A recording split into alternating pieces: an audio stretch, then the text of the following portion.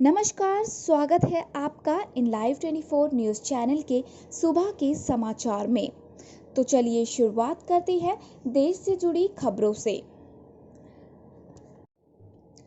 आज की बड़ी खबर, देश में कोविड-19 के मरीजों की संख्या 60,000 के पार। सरकार बोली कोरोना वायरस के साथ जीना होगा।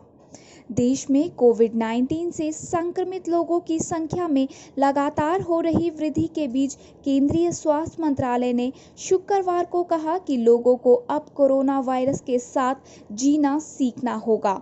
गौरतलब है कि आज देश में कोरोना वायरस से अभी तक संक्रमित हुए लोगों की संख्या करीब 60,000 पहुंच गई है, जबकि संक्रमण से मरने वालों की संख्या 1900 से भी ज़्यादा हो चुकी है। वहीं स्वास्थ्य मंत्रालय ने कल शाम की जिलेवार स्थिति की जानकारी देते हुए बताया कि देश के 216 जिले ऐसे हैं जिनमें कोरोना वायरस संक्रमण का अभी तक कोई मामला नहीं आया है। वहीं कई जिलों में हालात पहले से अधिक सुधरे हैं और वहां भी मामले आने बंद हो गए हैं। साथ ही मंत्रालय ने कोविड-19 से बचाव को ही इसके खिलाफ प्रभावी हथियार बताते हुए लोगों से कहा है कि वे फिलहाल संक्रमण से बचाव के लिए अपनाए जाने वाले तौर तरीकों को अब अपनी जीवन शैली का हिस्सा बना लें। आंध्र प्रदेश में अवैध रूप से शराब परिवहन करने के आरोप में 8 लोग गिरफ्तार, जब्त की गई 110 बोतलें। देश भर में इस वक्त तीसरे चरण का लॉकडाउन चल रहा है। ऐसे में ग्रीन जोन और ऑरेंज जोन के हिसाब से लॉकडाउन में छूट भी दी गई है। इस दौरान कई राज्यों में शराब की दुकानों को खोलने की भी इजाज़त दी गई। पहले ही दिन शराब की दुकानें खुलने पर देश भर में लंबी लंबी लाइनें देखने को मिली। यही नहीं, इस दौरान सोशल डिस्टेंसिंग का भी उल्लंघन किया गया है। अब आंध्र प्रदेश में अवैध रूप से शराब की बोतल ले जाने पर पुलिस ने 8 लोगों को गिरफ्तार किया है। ये सभी आरोपी तेलंगाना से आंध्र प्रदेश शराब की बोतलों का ट्रांसपोर्ट कर रहे थे। इनके पास से 110 शराब की बोतलें जब्त की गई हैं। भारतीय सेना का पाकिस्तान को करारा जवाब, तबाह की 4 चौकियां, 4 सैनिक भी किए ढेर। कोरोना संकट के दौरान में भी पाकिस्तान अपनी नापाक हरकतों से बाज नहीं आ रहा।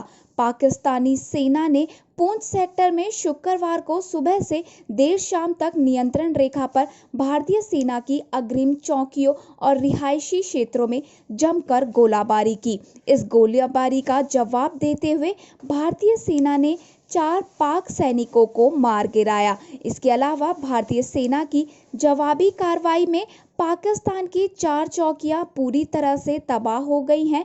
नए घटनाक्रम से एलओसी पर हालात तनावपूर्ण बने हुए हैं। काम पर नहीं आ रहे कर्मचारियों को पूरे वेतन के खिलाफ याचिका पर सुप्रीम कोर्ट का केंद्र को नोटिस।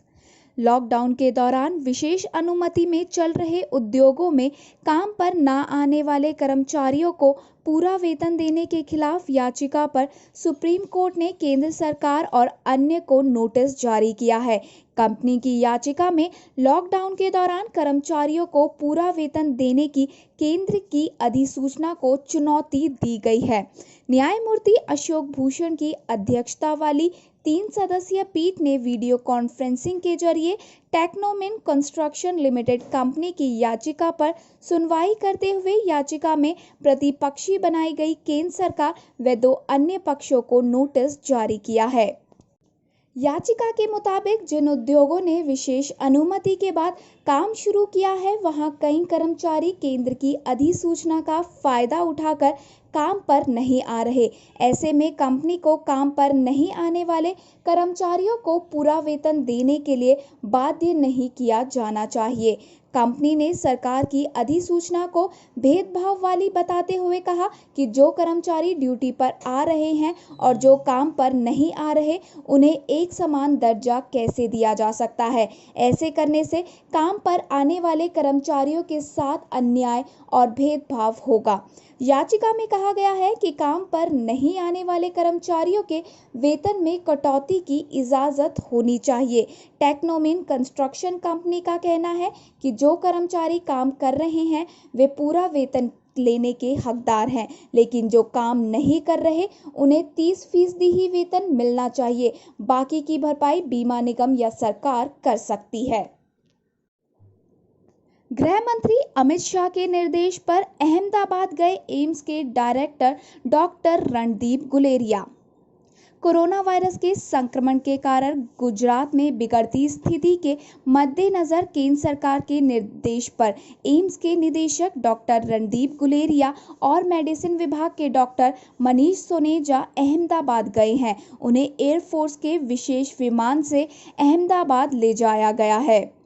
बताया जा रहा है कि केंद्रीय गृह मंत्री अमित शाह के निर्देश पर गुलेरिया व डॉक्टर मनीष को अहमदाबाद भेजा गया है। दोनों वहां कोरोना का इलाज करने वाले अस्पतालों का दौरा करेंगे और डॉक्टरों को उचित सलाह देंगे। साथ ही आपको बता दें कि गुजरात में दिन ब दिन हालात बिगड़ते ही जा रहे हैं। वहां कुल मामले 7,403 हो चुके हैं और साथ ही पिछले 24 घंटे में 390 नए मामले शामिल हुए हैं। साथ ही अगर बात करें एक्टिव केस की तो वहां पे 5,082 एक्टिव हैं और रिकवर वहां 1,872 हो चुके हैं। चलिए इसके साथ ही आपको बता दें कि देश में कोविड-19 मरीजों की संख्या के मामले में महाराष्ट्र, गुजरात, दिल्ली और तमिलनाडु अव्वल हैं। इन 4 राज्यों में अब तक कुल 36,375 लोगों में कोरोना वायरस के संक्रमण की पुष्टि हो चुकी है। इस लिहाज से यहां देश के 64% से ज़्यादा कोरोना वायरस के मरीज हैं। इनमें अकेले महाराष्ट्र में 19,063 वायरस के मरीज हैं, जबकि गुजरात में 7,403 मरीज, दिल्ली में ये आंकड़ा है 6,318। वहीं बात करें अगर तमिलनाडु की तो ये आंकड़ा 6,009 के करीब पहुंच चुका है। कोरोना वायरस से लड़ाई के लिए मुंबई को सेना के हवाले नहीं कर सकते, बोले उद्धव ठाकरे। महाराष्ट्र के मुख्यमंत्री उद्धव ठाकरे ने कोरोना वायरस से सबसे अधिक प्रभावित मुंबई में सेना तैनात करने की अटकलों को शुक्रवार को खारिज कर दिया। हालांकि उन्होंने कहा कि अगर जरूरत पड़ी तो केंद्रीय बलों की मांग की जा सकती है। लाइव वेबकास्ट में ठाकरे ने कहा कि राज्य में कोरोना वायरस का चक्र अभी टूटा नहीं है। उन्होंने आश्वासन दिया कि सभी जगह और विशेषकर मुंबई में पर्याप्त चिकित्सा सुविधाएं उपलब्ध है। महाराष्ट्र में कोरोना वायरस संक्रमितों की संख्या 19,000 के पार पहुंच गई है। इनमें से करीब 12,000 मामले अकेले मुंबई से सामने आए हैं। ठाकरे ने लोगों से अफवाहों पर ध्यान न देने की अपील करते हुए कहा कि महाराष्ट्र सरकार जरूरत पड़ने पर केंद्र से अतिरिक्त कर्मियों की तैनाती का अनुरोध कर सकती है, ताकि चरणबद्ध तरीके से पुलिसकर्मी आराम कर पाए। छत्तीसगढ़ के राजनांदगांव में पुलिस ने एनकाउंटर में 4 नक्सलियों को किया ढेर, हथियार किए गए बरामद। छत्तीसगढ़ के राजनांदगांव में पुलिस और नक्सलियों के बीच शुक्रवार की देर रात मुठभेड़ हुई। राजनांदगांव के पारधोनी गांव में एनकाउंटर के दौरान पुलिस ने 4 आतंकियों को मार गिराया।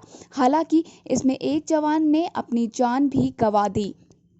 बता दें कि 12 जुलाई 2009 को इसी क्षेत्र में नक्सलियों के साथ मुठभेड़ में पुलिस अधीक्षक वीके चौबे सहित 29 पुलिसकर्मी मारे गए थे। चलिए अब खबरें विदेश से। तबाही का चक्रव्यूह रच रहा तानाशाह, सैटेलाइट तस्वीरों से खुलासा, उत्तर कोरिया बना रहा बड़ा परमाणु गोदाम। उत्तर कोरिया एक विशाल स्टोरेज केंद्र का निर्माण कर रहा है, जिसका उपयोग परमाणु हथियारों को रखने और परीक्षण करने के लिए किया जा सकता है। राजधानी प्योंगयांग के पास स्थित सिल्ली में इस केंद्र का निर्माण किया जा रहा है। ये खुलासा उपग्रह से ली गई तस्वीरों से हुआ है। ये केंद्र इस साल के अंत में या 2021 की शुरुआत में तैयार हो जाएगा। इसका इस्तेमाल किम जोंग उन द्वारा देश के परमाणु हथियार के भंडार को बचाने और बढ़ाने के लिए कर सकते हैं। ये किम और अमेरिका की वार्ता विफल होने के बाद किया जा रहा है। अमेरिका के centre for strategic and international studies ने कहा कि इस सुविधा का निर्माण 2016 में शुरू हुआ था, जब उत्तर कोरिया अमेरिका तक मार करने वाली मिसाइल बनाने में जुटा था। 1980 में बनाए गए एक अंडरग्राउंड हैंगर के आसपास ही नया निर्माण किया गया है। यहाँ पहले सिल लीक गांव हुआ करता था। अमेरिकी उपराष्ट्रपति माइक पेंस की प्रेस सेक्रेटरी भी कोरोना पॉजिटिव, व्हाइट हाउस में दूसरा केस। अमेरिका में कोरोना वायरस के मामले लगातार बढ़ रहे हैं। उपराष्ट्रपति माइक पेंस की प्रेस सेक्रेटरी कोरोना पॉजिटिव पाई गई है। इस तरह व्हाइट हाउस में कोरोना पॉजिटिव मामलों की संख्या बढ़कर 2 हो गई है। ट्रंप ने कहा कि केटी आज अचानक कोरोना पॉजिटिव पाई गई। उन्होंने कहा कि वो उनके संपर्क में नहीं रहे, लेकिन उपराष्ट्रपति के संपर्क में जरूर रही। हालांकि माइक पेंस का कोरोना टेस्ट हुआ, जिसमें उनकी रिपोर्ट नेगेटिव आई है। अफगानिस्तान के स्वास्थ्य मंत्री कोरोना पॉजिटिव पाए गए, बढ़ सकती है मुश्किलें। कोरोना वायरस दुनिया भर के देशों में पैर पसार चुका है। इस वायरस ने हर वर्ग के लोगों को संक्रमित किया है। यहाँ तक कि अमेरिका के व्हाइट हाउस में भी कोरोना से संक्रमण के 2 मामले सामने आ चुके हैं। इस बीच अफगानिस्तान में भी ये तेजी से फैलता जा रहा है। खबर है कि अफगानिस्तान में भी वहाँ के स्वास्थ्य मंत्री की रिपोर्ट भी पॉजिटिव आई है। अफगान सरकार के स्वास्थ्य मंत्रालय की ओर से शुक्रवार को पुष्टि की गई है कि स्वास्थ्य मंत्री फिरोजुद्दीन फिरोज की कोरोना टेस्ट में संक्रमित पाए गए हैं। वहीं देश में पिछले 24 घंटों के दौरान कोरोना के 215 मरीज सामने आने के साथ ही कोरोना संक्रमितों की कुल संख्या 3,700 से अधिक हो गई है। आपको बता दें कि अफगानिस्तान में कोरोना से 100 से अधिक लोगों की मौत भी हुई है। भारतीय मौसम विभाग के बुलेटिन में पीओके का हाल देख चिढ़ा पाकिस्तान। पाकिस्तान के कब्जे वाले कश्मीर के मीरपुर, मुजफ्फराबाद और गिलगिट बाल्टिस्तान के मौसम का हाल बताने वाली भारतीय रिपोर्ट के बाद पाकिस्तान चिढ़ गया है।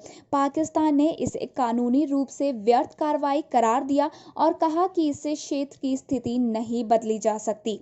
गौरतलब है कि सरकारी प्रसारणकर्ता दूरदर्शन तथा आकाशवाणी ने शुक्रवार से अपने प्राइम टाइम समाचार बुलेटिन में पीओके के इन क्षेत्रों के मौसम का हाल बताना शुरू कर दिया है। इससे तिलमिलाए पाकिस्तान के विदेश कार्यालय ने एक बयान में कहा कि भारतीय द्वारा पिछले साल जारी किए गए कथित राजनीतिक नक्शों की तरह ही उसका ये कदम भी कानूनन निरर्थक है।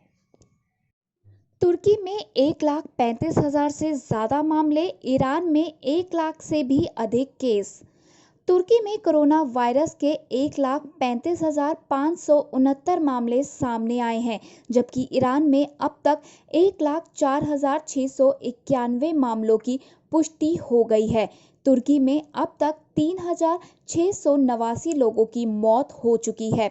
समाचार एजेंसी सिन्हुआ की खबर के मुताबिक तुर्की के स्वास्थ्य मंत्री फिरहाटिन कोका ने बताया कि 86,396 लोग अब तक ठीक हो चुके हैं। ईरान के स्वास्थ्य मंत्रालय के अनुसार 6,541 लोगों की मौत हो गई है। व्हाइट हाउस में कोरोना वायरस का मामला सामने आ गया है। वैक्सीन बनाने के लिए साथ आए अमेरिका और जापान अर्थव्यवस्था को भी देंगे रफ्तार। कोरोना के खिलाफ लड़ाई को मजबूती देने के लिए अमेरिका और जापान मिलकर काम करेंगे। इसके लिए जापान के प्रधानमंत्री शिंजो आबे और अमेरिकी राष्ट्रपति डोनाल्ड ट्रंप कोरोना की वैक्सीन और दवा बनाने के लिए एक साथ आए हैं। यही नहीं, दोनों देशों ने एक दूसरे की अर्थव्यवस्था को रफ्तार देने के लिए भी हामी भरी है। दोनों नेताओं ने जापान और अमेरिका के बीच व्यापारिक गतिविधियों को शुरू करने के लिए फोन पर हुई बात के दौरान ये फैसला लिया। जापान के कैबिनेट सचिव योशिहिदे सुगा ने कहा कि दोनों देश कोरोना की वैक्सीन और दवा बनाने के लिए एक साथ आए हैं। दोनों देशों के बीच आर्थिक गतिविधियां शुरू करने पर विचार चल रहा है।